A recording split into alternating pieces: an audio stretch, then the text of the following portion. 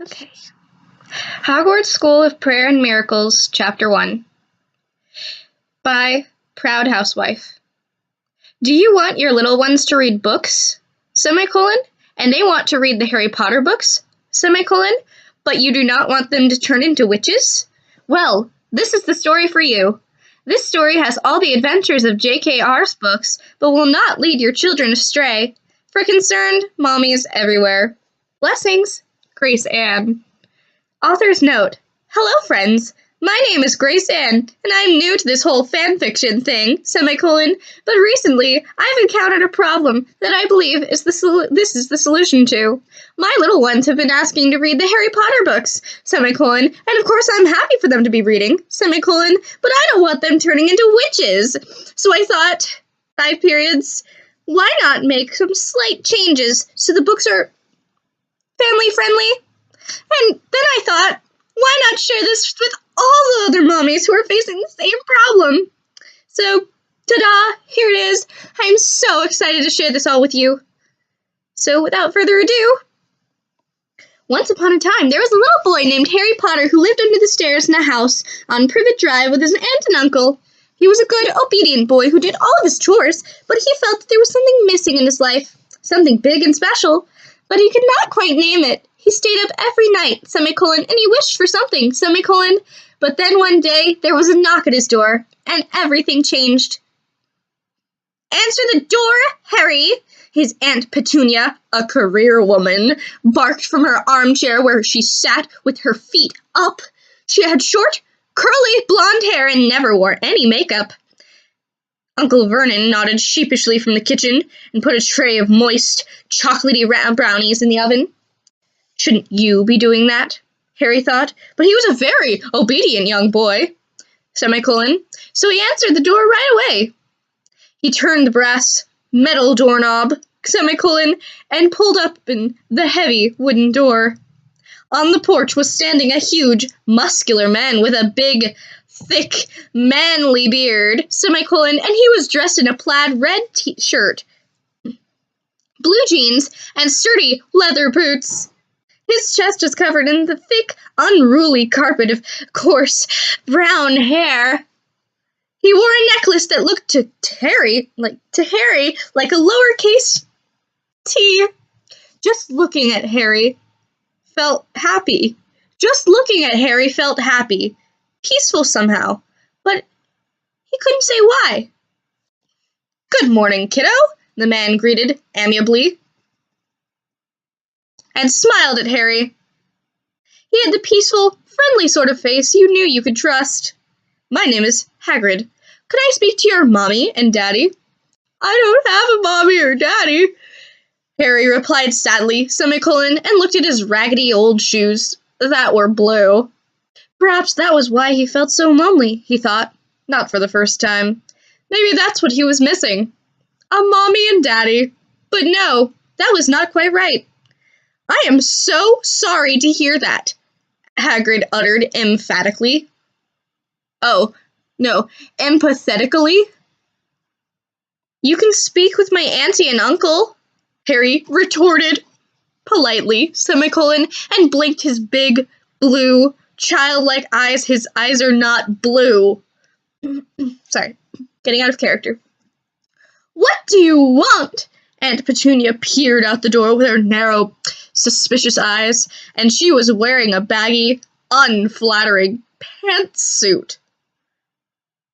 Hello, neighbor. I was wondering if you've been saved, Hagrid exclaimed brightly, and tipped his wide-brimmed straw cowboy hat. Aunt Petunia laughed, a gravelly laugh, and leaned forward on her sturdy, practical boots. Saved? Don't tell me you are one of those Christians? Harry did not know what the word meant, but Hagrid's smile was one of the most peaceful smiles he had ever seen. It made Harry feel warm and happy inside just seeing the glowing, radiant grin on the kind, friendly stranger's face. He wondered why Aunt Petunia and Uncle Vernon did not smile like that. Yes, I am, Hagrid replied kindly. Are you? Aunt Petunia laughed again and stuck her pointy, sharp nose into the air. We are too smart for that. Haven't you read Dawkins? God is dead. Dawkins proved that. Would you like us to educate you on the Dawkins? What is a Christian? Harry queried. Harry queried innocently and scuffed his shoe on the shaggy yellow carpet that had not been vacuumed in quite some time. Christians are people who want to be good, Hagrid explained wisely, and crouched down so he was on eye level with Harry. We want to go to heaven after we die.